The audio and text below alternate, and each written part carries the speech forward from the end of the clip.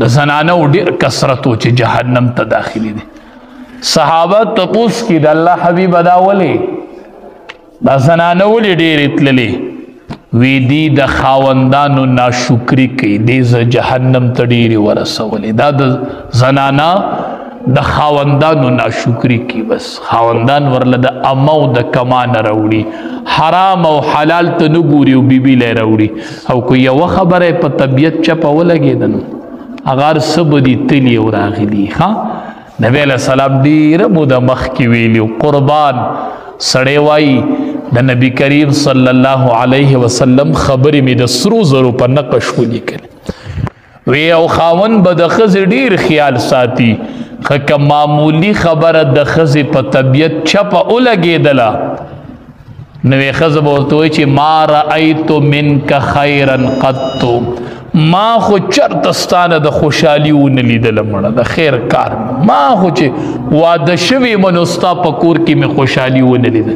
نو دا هره ورځ چې دا په ټیم چای روټۍ او جامه او پیزار راوړي دا څوک راوړي؟ نو خیر دی که یوه ورځ په طبیعت چپه خبره راغله، خیر دی که هغه په ټیم باندې کار ونه کو، دا خو څه خبره نه ده. دا هره ورځ چې ورته تلیږې دا راوړه دا راوړه دا راوړه دا راوړه دا راوړه او هغه یې په ټیم راوړي، نو خیر دی که یو څیز تیر شو انسان نه دی.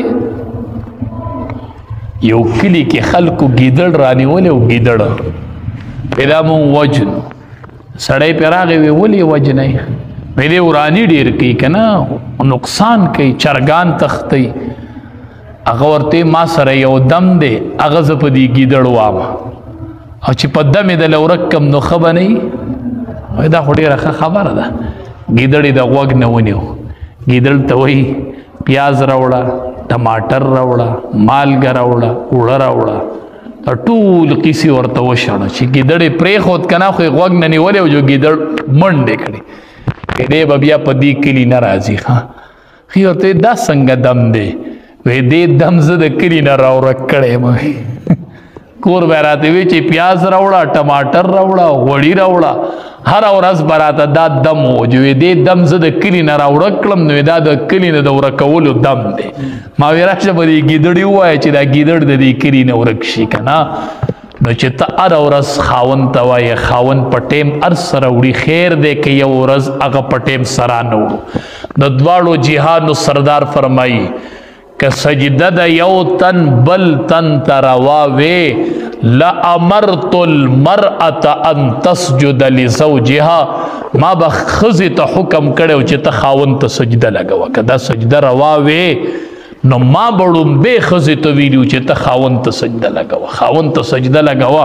خو که دا سجده غیر الله ته روا وې نو ما به ښځې ته حکم کړی چې ته خاوند ته سجده لګوه. نو نبی علیہ السلام فرمائی ما ډیری چې په جهنم کې ولیدلې نو ښځې مې ولیدلې، ډیری جهنم ته ښځې داخلېدلې. زنانو په دې حدیث سوچ وکئ.